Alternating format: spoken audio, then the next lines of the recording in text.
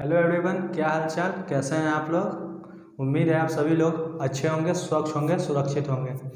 आज हम लोग न्यू चैप्टर पढ़ेंगे 3D ज्योमेट्री, जो कि एक बहुत ही इंटरेस्टिंग चैप्टर है और आप सभी लोगों को इस चैप्टर में मन भी लगेगा। 3D ज्योमेट्री में सबसे पहले हम लोग 2D ज्योमेट्री और 3D ज्योमेट्री में अंतर देखेंगे। जो 2D ज्योमेट्री में जो डिस्टेंस फार्मूला था, सेकंड फार्मूला था, वो 3D ज्योमेट्री में भी यूज होगा, तो उस चीज़ को देखेंगे। बस एक न्यू मेंबर आ जाता है 3D ज्योमेट्री में, जेड एक्सिस। जेड कोऑर्डिनेट आने के बाद इसमें जो डिस्टेंस फार्मूला में चेंजेज आते हैं वो हम लोग देखेंगे। तो सबसे शुरुआत में हम लोग 2D और 3D के बीच जो अंतर है वो देखेंगे। उसके बाद हम लोग डायरेक्शन कोसाइन देखेंगे, डायरेक्शन रेशियो देखेंगे, डायरेक्शन कोसाइन और डायरेक्शन रेशियो में क्या अंतर है ये देखेंगे, डायरेक्शन वेक्टर देखेंगे और कुछ क्वेश्चन करेंगे।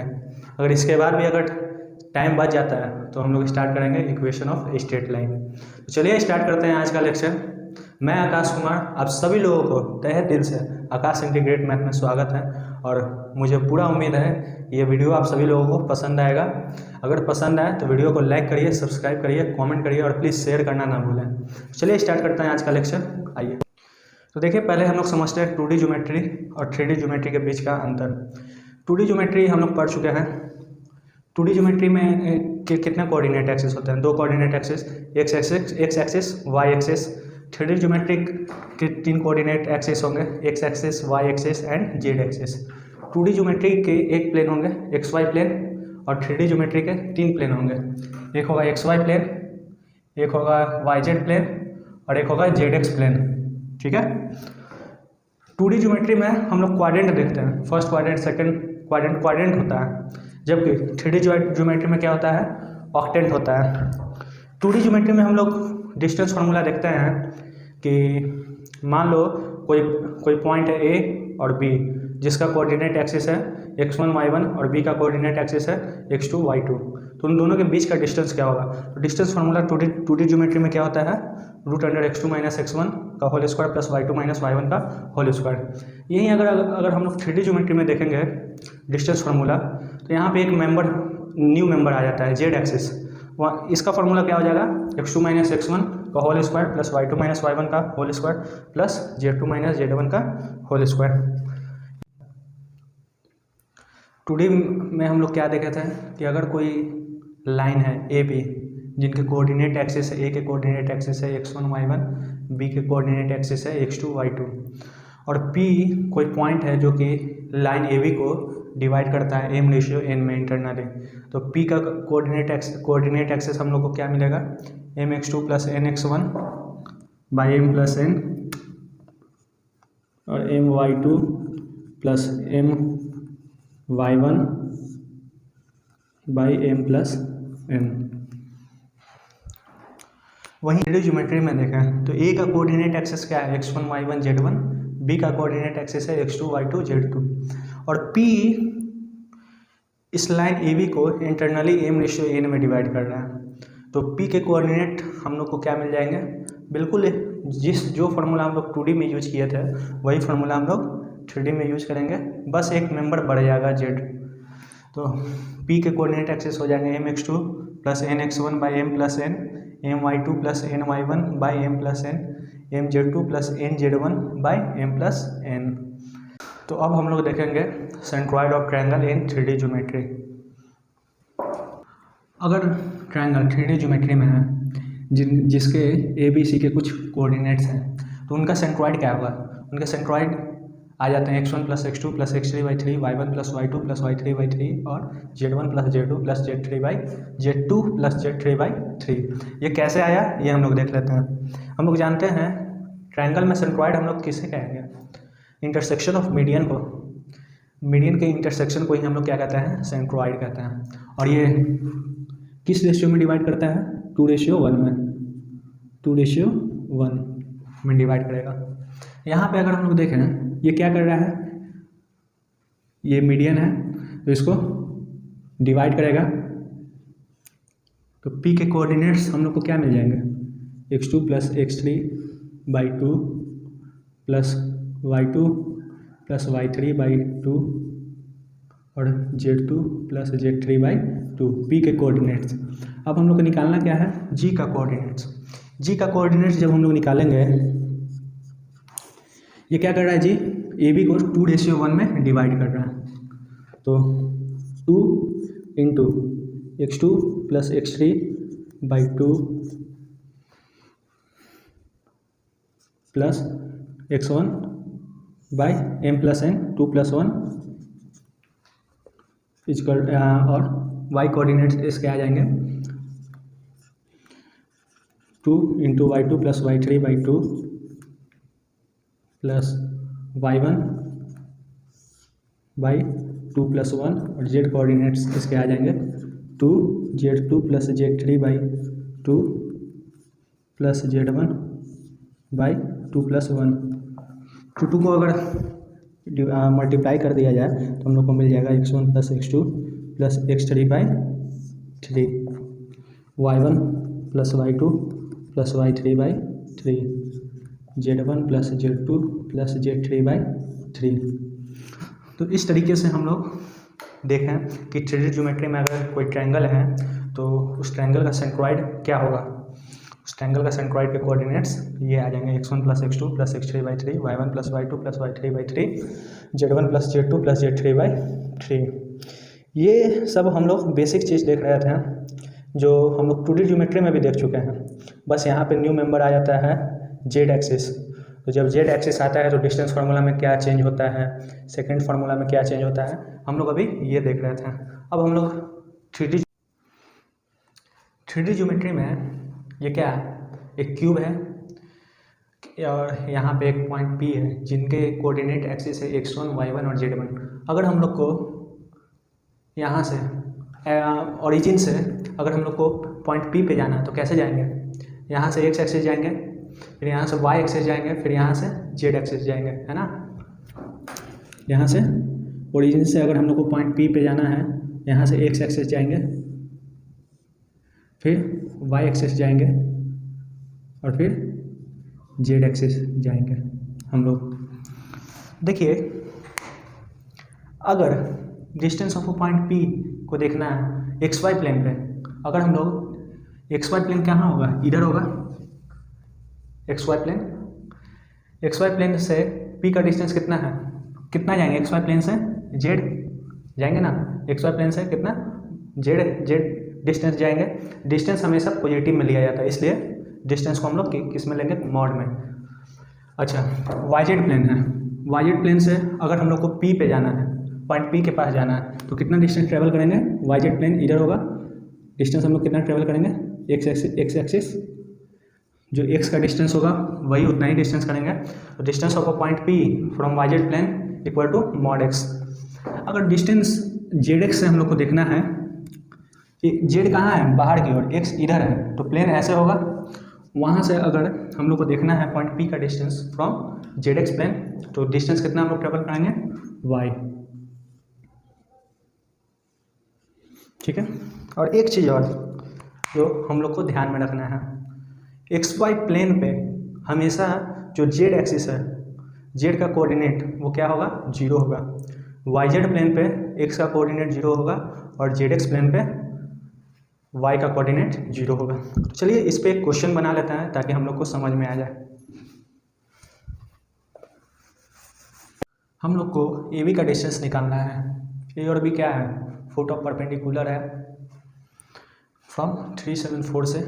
इस पॉइंट से ए और बी क्या है, फुट ऑफ परपेंडिकुलर है। कहाँ पे है, एक्स वाई प्लेन पे है ए, और बी कहाँ पे है, वाई जेड प्लेन पे। एक्स वाई प्लेन इधर होगा, एक्स वाई प्लेन, इसका फुट ऑफ परपेंडिकुलर क्या हो जाएगा, ए होगा।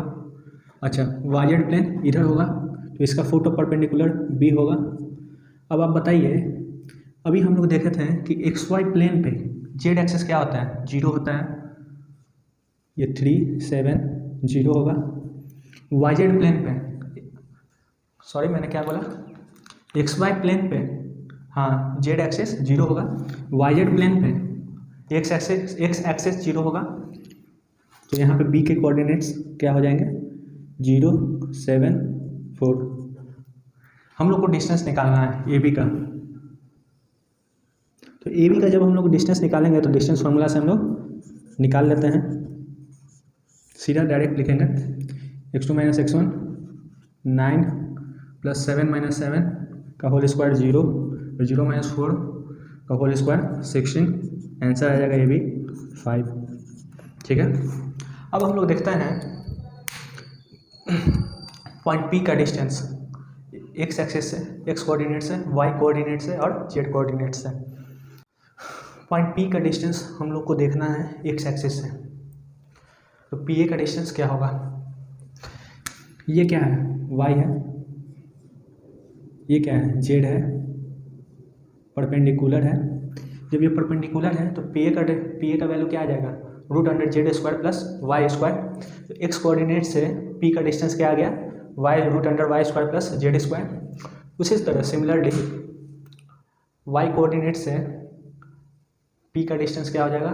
PB equal to x² plus z²।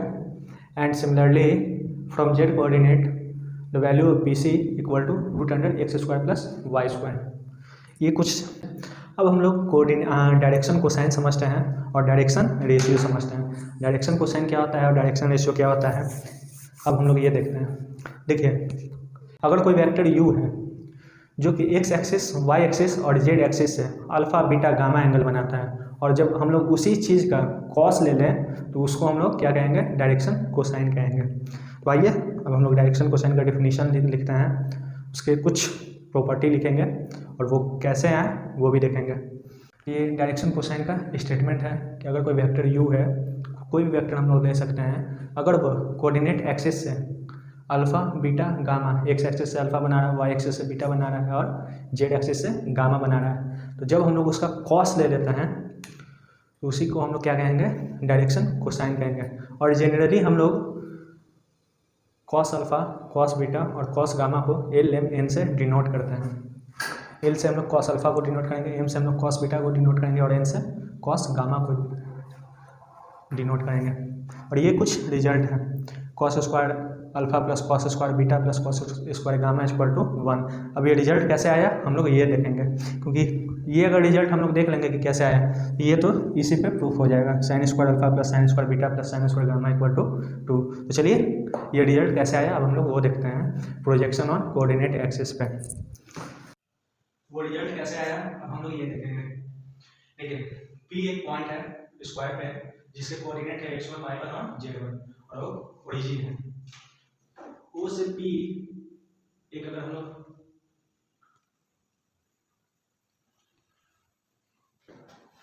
O से P अगर वेक्टर हम लोग OP वेक्टर क्या होगा? x1 माइनस ओरिजिन तो 0 0 होगा, तो x1 I plus y1 j plus z1 k होगा। OP के मैग्नीट्यूड का वैल्यू आ जाएगा √x1 का स्क्वायर प्लस प्लस y1 का स्क्वायर प्लस z1 का स्क्वायर। OP का मैग्नीट्यूड है, इसको हम लोग r मान लेते हैं, इसी का वैल्यू क्या आ जाएगा? r आ जाएगा। अब हम लोग देखते हैं अगर प्रोजेक्शन देखना है x एक्सिस पे, यहां से क्या करेंगे? एक परपेंडिकुलर लेंगे, परपेंडिकुलर लेंगे x एक्सिस से अल्फा एंगल बना रहा है, ये कंपोनेंट क्या हो जाएगा? r cos alpha. ठीक है, तो ये r cos अल्फा किसके इक्वल होगा? यहां से यहां का डिस्टेंस क्या होगा? x1। r cos alpha equal to x1। Similarly y1 equal to r cos beta and z1 equal to r cos gamma. हम लोग ये रिजल्ट प्रूव करना है। cos square alpha plus cos square beta plus cos square gamma equal to 1। ये result कहाँ से आया यही हम लोग को देखना है। x1 y1 और z1 का वैल्यू हम लोग को मिल गया। cos अल्फा का वैल्यू क्या होगा? x1 by r, x1 by r, सीधा हम लोग ले लेते हैं cos स्क्वायर अल्फा का वैल्यू x1 बाई r का whole square plus y1 by r का whole square plus z1 by r का होल स्क्वायर।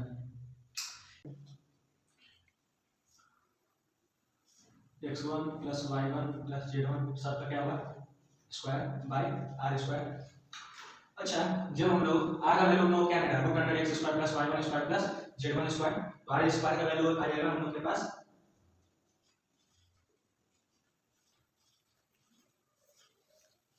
x1 का होल स्क्वायर प्लस y1 का होल स्क्वायर प्लस z1 का होल स्क्वायर। काट देने के बाद हम लोग का वैल्यू जो आ जाएगा 1, क्योंकि लेफ्ट हैंड साइड के सॉरी राइट हैंड साइड के इक्वल है। हम लोग को ये रिजल्ट देखना था कैसे आया, इस तरीके से इसका रिजल्ट आया।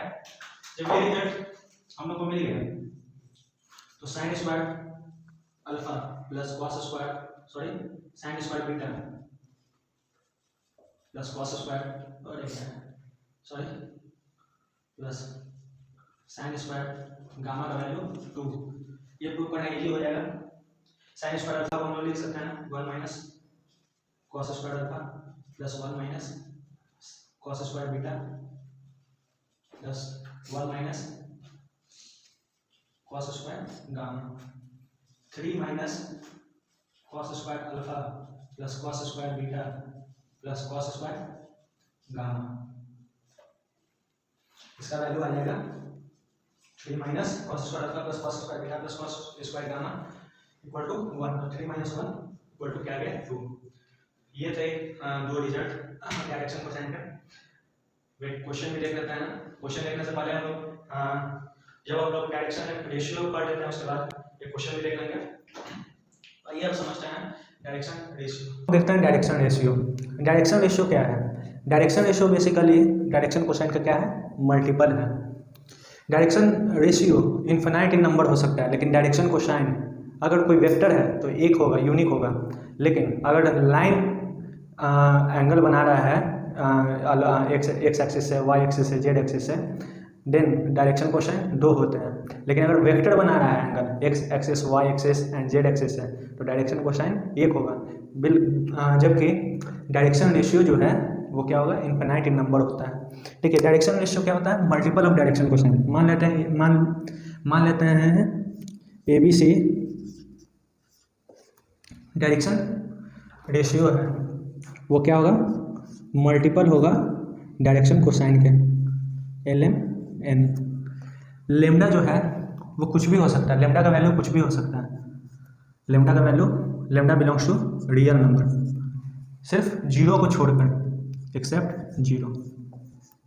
ठीक है, इसी से डायरेक्शन कोसाइन और डायरेक्शन रेशियो से हम लोग जो रिजल्ट निकलता है, अब हम लोग उस चीज़ को देखेंगे। अगर हम लोग से पूछा जाए कि डायरेक्शन वेक्टर क्या होता है, डायरेक्शन जो जब हम लोग के पास डायरेक्शन रेशियो आ जाता है और उसी को हम लोग आई जे के में लिखते हैं, तो वो हो जाता है डायरेक्शन वेक्टर। देखिए, मान लेते हैं, एक एग्जांपल ले लेते हैं, L is equal to 1/√3, M is equal to 1/√3 और एन इजकल टू 1/√3। हम लेमडा किसी भी नंबर से इसमें मल्टीप्लाई करेंगे, कुछ भी जो आएगा, जो भी किसी भी नंबर से मल्टीप्लाई कर देंगे, या रेशनल नंबर से करिए, इरेशनल नंबर से करिए, बस 0 को छोड़कर किसी भी नंबर से आप मल्टीप्लाई करिए, जो भी वैल्यू आएगा वो इसका क्या होगा, डायरेक्शन रेशियो होगा। और ये हम लोग को ध्यान में रखना है कि जो डायरेक्शन कोसाइन है, अगर उसके स्क्वायर का सम करेंगे तो वो हमेशा उसका वैल्यू 1 आना चाहिए। यहाँ पे देखते हैं हम लोग डायरेक्शन कोसाइन 1/√3, 1/√3, 1/√3 लिए हैं। अगर इसको हम लोग स्क्वायर करें, सभी को स्क्वायर करके अगर सम कर लें, तो क्या इसका वैल्यू आ जाएगा ना, 1 1 1 3 3 1। ये ठीक है। यहाँ पे हम लोग को बस यही ध्यान देना है कि डायरेक्शन कोसाइन जो हम लोग लेंगे उसके स्क्वायर का सम हमेशा 1 होना चाहिए। आप लेमडा का वैल्यू कुछ भी ले लो, अगर हम लोग यहाँ पे √3 ले लें तो डायरेक्शन रेशियो जो आएगा वो 1 1 1 आएगा। ठीक है, अगर हम लोग 2 ले लेते हैं तो डायरेक्शन रेशियो का वैल्यू क्या आ जाएगा, 2/√3, 2/√3 और 2/√3।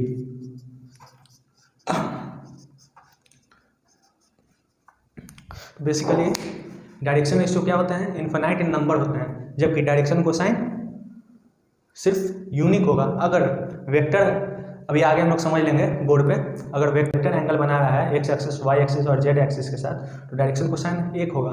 लेकिन अगर लाइन एंगल बना रहा है एक्स एक्सिस, वाई एक्सिस और जेड एक्सिस के साथ, तो डायरेक्शन कोसाइन 2 होंगे। ठीक है। अब हम लोग इसी चीज़ को बोर्ड पे समझते हैं और कुछ इंपॉर्टेंट रिजल्ट लिखते हैं और उसके बाद हम लोग क्वेश्चन करेंगे डायरेक्शन कोसाइन और डायरेक्शन रेशियो पे। डायरेक्शन कोसाइन क्या होगा, लाइन के लिए 2 होगा, एक LMN और -L -M -N, जबकि डायरेक्शन रेशियो क्या होगा, इन्फिनाइट इन नंबर होगा। देखिए वेक्टर का डायरेक्शन क्या होता है, एक ही वेक्टर का डायरेक्शन 1 डायरेक्शनल होता है, जबकि लाइन का डायरेक्शन 2 डायरेक्शनल होता है, इधर भी होगा इधर भी होगा, इसलिए डायरेक्शन कोसाइन जो होता है लाइन में वो क्या होगा, 2 होगा, जबकि डायरेक्शन कोसाइन इन वेक्टर क्या होगा, 1 होगा। ठीक है। अगर डायरेक्शन रेशियो का बात कर लें हम लोग तो वो क्या होगा, इन्फिनाइट इन नंबर होगा। ठीक है। और अभी जब हम पीछे हम लोग समझे थे कि अगर डायरेक्शन वेक्टर हम लोग से पूछा जाए तो जो डायरेक्शन रेशियो होगा उसी में हम लोग क्या करेंगे, IJK लगा देंगे, तो वही उसका क्या हो जाएगा, डायरेक्शन वेक्टर हो जाएगा। अब vector along the line with direction ratio, अगर डायरेक्शन रेशियो ABC है तो उसका डायरेक्शन वेक्टर क्या हो जाएगा, AI + BJ + CK। अब एक छोटा सा क्वेश्चन है डायरेक्शन कोसाइन को समझने के लिए, डायरेक्शन कोसाइन को समझने के लिए हम लोग को लाइन का डायरेक्शन कोसाइन निकालना है, जो कि 2 पॉइंट को ज्वाइन करने से बनता है P और Q। तो इसका देखिए P और Q से क्या बन रहा है, P और Q से एक लाइन बन रहा है, तो उसका हम लोग क्या निकालेंगे, डायरेक्शन कोसाइन निकालेंगे। ये एक लाइन है, ये हो गया P, x1 y1 z1, इसमें हम लोग सब चीज़ समझ लेंगे, डायरेक्शन कोसाइन समझ लेंगे, डायरेक्शन वेक्टर समझ लेंगे और डायरेक्शन रेशियो भी समझ लेंगे। और एक Q है, इन दोनों पॉइंट को ज्वाइन करने पे एक लाइन बन रहा है PQ, इसी का हम लोग डायरेक्शन कोसाइन निकालना है। अगर हम लोग से पूछे PQ का डायरेक्शन वेक्टर क्या होगा, PQ का डायरेक्शनल वेक्टर आ जाएगा x2 - x1 i cap + y2 - y1 j cap + z2 - z1 k cap. ठीक। PQ का मैग्नीट्यूड √x2 - x1 का होल स्क्वायर + y2 - y1 का होल स्क्वायर + z2 - z1 का होल स्क्वायर। PQ का मैग्नीट्यूड आ गया। हम लोग ऊपर देख लेते हैं, ऊपर बना लेते हैं।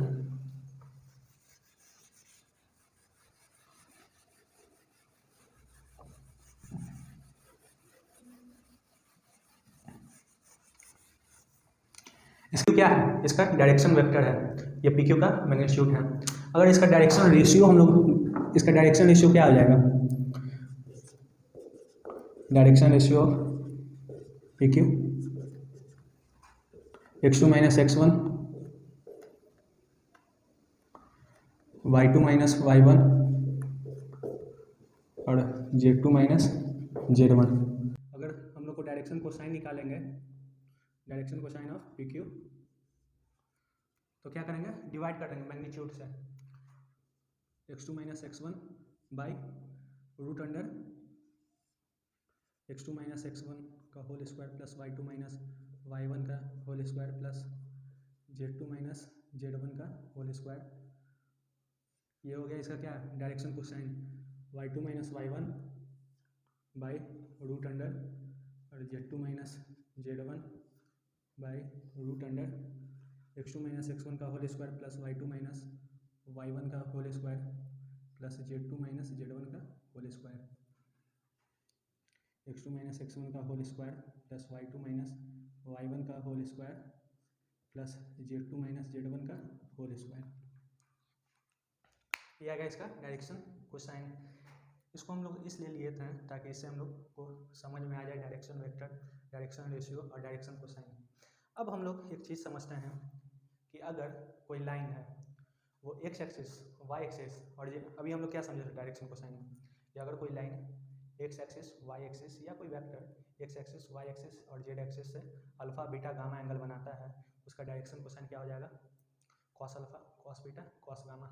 लेकिन अब हम लोग क्या रखेंगे कि direction cosine of x axis, मतलब जो वेक्टर या कोई लाइन अगर x एक्सिस पे है तो उसका डायरेक्शन कोसाइन क्या होगा, direction cosine of y axis, direction cosine of z axis.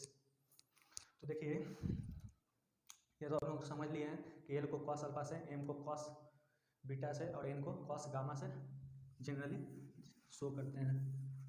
देखिए direction cosine of x axis, अगर बाई जेड, अगर कोई लाइन एक्स एक्सिस पे है, अगर कोई लाइन एक्स एक्सिस पे है, वो लाइन एक्स एक्सिस से कितना एंगल बनाएगा? 0 एंगल बना सकता है या 180 एंगल बना सकता है। लेकिन वाई और जेड एक्सिस से क्या कितने एंगल बनाएगा? हाँ, 90 डिग्री बनाएगा। कॉस 0 का वैल्यू क्या होगा? कॉस 0 का वैल्यू 1 होगा। कॉस 180 भी बना सकता है, इसका डायरेक्शन भी तो चेंज हो सकता है, तो क्या होगा? -1 होगा।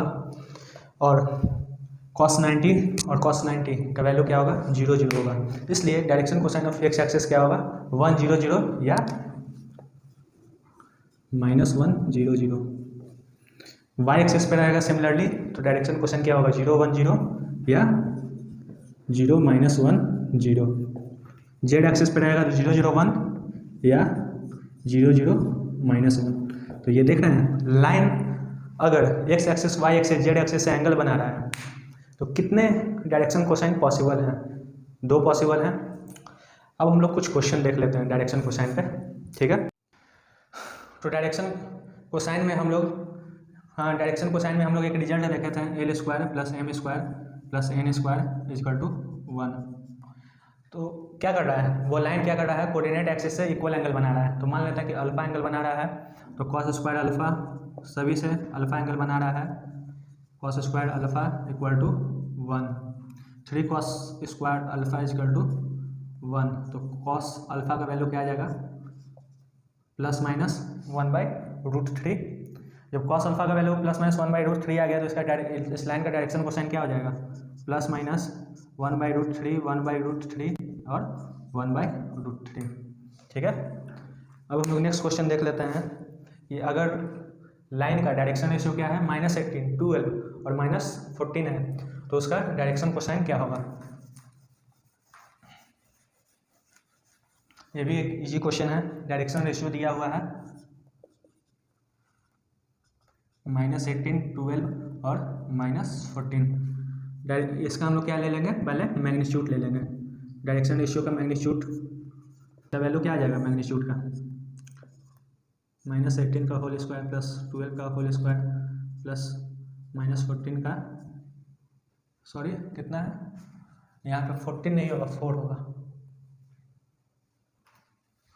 -4 का होल स्क्वायर। 18 का स्क्वायर क्या आ जाता है? 324। 12 का 144 और 4 का -4 का 16। तीनों को अगर हम लोग सम कर लें, 4 4 8 8 और 6 14, 4 2 6 7 1 8 और 3 1 4, 484 का मैग्नीट्यूड आ गया इसका 22। जब इसका मैग्नीट्यूड 22 आ गया तो बताइए इसका डायरेक्शन कोसाइन क्या होगा? सभी नंबर को डिवाइड कर देंगे, 22 12/22 -14/22। तो ये हो गया इसके डायरेक्शन कोसाइन का वैल्यू। आज हम लोग डायरेक्शन रेशियो और डायरेक्शन कोसाइन का अंतर समझे। अब हम लोग को आगे इक्वेशन ऑफ स्ट्रेट लाइन पढ़ना है, प्लेन पढ़ना है। और इसी में एक और कंसेप्ट है कि अगर कोई भी 2 लाइन जिनका डायरेक्शन को मान लेते हैं, कोई 2 लाइन है जो थीटा एंगल बना रहे हैं और दोनों लाइन का एक लाइन का डायरेक्शन कोसाइन L1 M1 और N1 है और दूसरे लाइन का direction cosine L2 M2 N2 है। तो दोनों के बीच का रिलेशन देखना है, तो अब हम लोग नेक्स्ट लेक्चर में देखेंगे। उम्मीद है ये वीडियो आप लोगों को समझ में आया होगा। तो आज के लिए इतना ही। Thank you.